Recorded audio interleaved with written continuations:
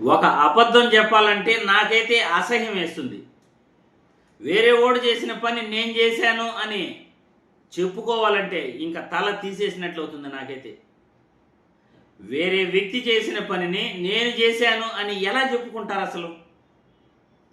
చంద్రబాబు నాయుడు గారు ఈ 21 నెలల్లో 2,50,000 ఇల్లు ఇచ్చేశాడంటండి. 2,50,000 ఇల్లు ఆయన నిర్మించాడట. నిర్మించి నిన్న ప్రారంభోత్సవం రోజు దాదాపు 30 ప్రాంతాల్లో వాళ్ళకి నిన్న నాయుడుపేట నుండి ఇళ్ల పట్టాలు ఇవ్వడం జరిగింది అని ఈరోజు పేపర్లో, అన్ని పేపర్లో కూడా యాడ్ చేసుకుంటూ గొప్పగా ప్రచారం చేసుకుంటున్నారు. రాష్ట్రంలో ఏ పౌరుడైనా కానీ చెప్పాలి, ఎక్కడైనా చంద్రబాబు నాయుడు ఇల్లు నిర్మించాడా ఈ 21 నెలల్లో? సోషల్ మీడియాలో ఇదే వార్త వైరల్ అవుతూ ఉంది. ఈరోజు నెటిజన్లు ట్రోల్స్ చేస్తున్నారు. సోషల్ మీడియాలో వైరల్ అవుతున్న ఒక వీడియో మీ అందరికీ చూసిన తర్వాత మళ్ళీ దీనిపైన మనం విశ్లేషించుకుందాం. సిగ్గు లేకుండా ఎట్లా యాడ్ చేస్తున్నారు? సిగ్గా ఎగ్గ పక్కనాడు పుట్టినటువంటి బిడ్డకి మీరు క్రెడిట్ తీసుకోవటం ఏంది? అందులో తప్పే ఉంది. అది యాక్ట్. ఈ కూటమి ప్రభుత్వం ప్రతి దాంట్లో అయితే కదా. దీంతో ఒక ఇంటికన్నా మీరు ఇళ్ల పట్టాలు ఇచ్చారా? ఒక ఇంటికన్నా ₹1 మీరు డబ్బులు ఇచ్చారా? ఈ ఎవరు తీసుకొచ్చారు వీళ్ళు? కానీ చూడండి ఎంత పెద్ద పెద్ద యాడ్ చేశారు. నెరవేరిన సొంత ఇంటి కళ గృహప్రవేశం చేసుకున్న 2,50,893 పేద కుటుంబాలు గౌరవ ముఖ్యమంత్రి చంద్రబాబు నాయుడు గారి చేత లబ్ధిదారులకు నేడు 2వ విడత ఇళ్ల పంపిణీ. మొదటి విడత ఏదైతే నవంబర్ 12, 2020 3 లక్షల ఇళ్లను పంపిణీ చేసిన ప్రభుత్వం ఇప్పుడు 2వ విడతలో 2,50,000 ఇళ్లను పంపిణీ చేస్తుందని చెప్పి హెడ్డింగ్ ఇచ్చి కింద పేదల ఇళ్ల నిర్మాణం కోసం ప్రభుత్వం సహకారం, గ్రామీణ ప్రాంతాల్లో 3 సెంట్లు, పట్టణ ప్రాంతాల్లో 2 సెంట్ల ఇళ్ల స్థలము ఎక్కడిచ్చారు?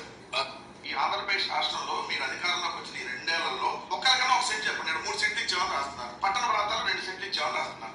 ఇచ్చారు మీరు పేపర్లో ఇచ్చారు. ఈ రోజు మీరు ఓపెన్ చేస్తున్న ఇల్లు మీరు ఒక్కళ్ళన్నా ఇంటికి సంబంధించినటువంటి ఇళ్ల పట్టా ఇచ్చారా? మీరు ఒక్కళ్ళకన్నా ఇళ్ల పట్టా ఇవ్వకపోగా, ఒక్కళ్ళకు కూడా మీరు ఇల్లు కట్టించే కార్యక్రమం చేయకపోగా జగన్మోహన్ రెడ్డి గారి ప్రభుత్వం 31,70,000 ఇళ్ల స్థలాలు ఇచ్చి ఆ ఇంటికి సంబంధించినటువంటి ఆ ఇళ్ల పట్టాలు ఇచ్చి దాంట్లో 21,75,000 ఇళ్ల నిర్మాణానికి శ్రీకారం చుట్టి శాంక్షన్ చేయించుకొని అంటే మీరు కోర్టులకు వెళ్ళి అడ్డుపడ్డారు. 1123 కేసులు వేశారు చంద్రబాబు నాయుడు గారు, మీరు మీ తెలుగుదేశం పార్టీ వాళ్ళ చేత 1123 కేసులు వేశారు ఇళ్ల పట్టాలు ఇవ్వద్దని చెప్పి. అయినా జగన్మోహన్ రెడ్డి గారు 31,70,000 మందికి ఇళ్ల పట్టాలు ఇచ్చి దాంట్లో 21,75,000 ఇళ్లని కేంద్రం నుంచి శాంక్షన్ చేయించుకొని తన అధికారంలో ఉన్న 5 సంవత్సరాలు 2 సంవత్సరాలు కోవిడ్ ఉన్న 9,02,000 ఇళ్లని జగన్ ఉన్నప్పుడే పూర్తి చేసి 7,43,396 ఇళ్లని ఒకే రోజు గృహప్రవేశం చేయించారు అక్టోబర్ 12, 2023. అదే విధంగా ఇంకొక 2 లక్షల ఇళ్ల నిర్మాణం అప్పుడే పూర్తయింది. మీరు కోర్టులకు వెళ్ళి అడ్డుపడ్డ వివిధ దశల్లో 7,63,396 పేదల గృహప్రవేశం చేశారు. సిగ్గు లేకుండా మీ ఖాతాలో వేసుకునేటువంటి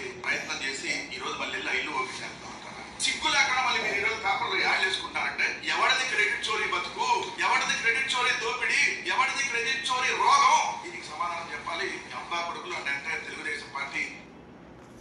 చూశారుగా సోషల్ మీడియాలో వైరల్ అవుతున్న వీడియో కూడా కారుమూరి వెంకటరెడ్డి గారు వైఎస్ఆర్సీపీ నాయకులు మాట్లాడుతున్నారు.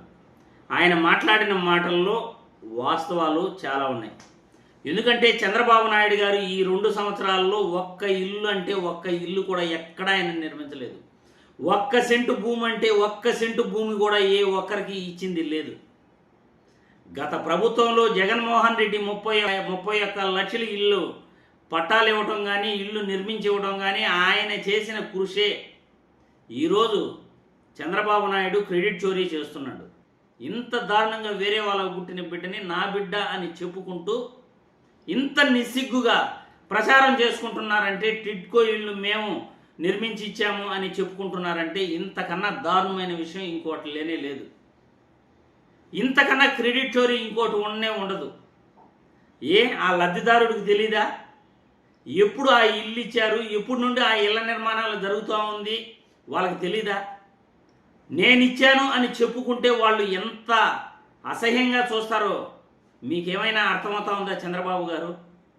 ఈ రాష్ట్రంలో అంత అమాయకులు ఉన్నారు అని అనుకుంటున్నారా? ఎప్పుడు ఇల్లు నిర్మాణం చేపట్టారు, ఇల్లు ఎప్పుడు సెలక్షన్ అయింది పేదవాడికి, ఇళ్ల పట్టాలు ఎవరు ఇస్తున్నారు, అది ఎవరు క్రెడిట్ అనేది లబ్ధిదారులకు తెలీదా?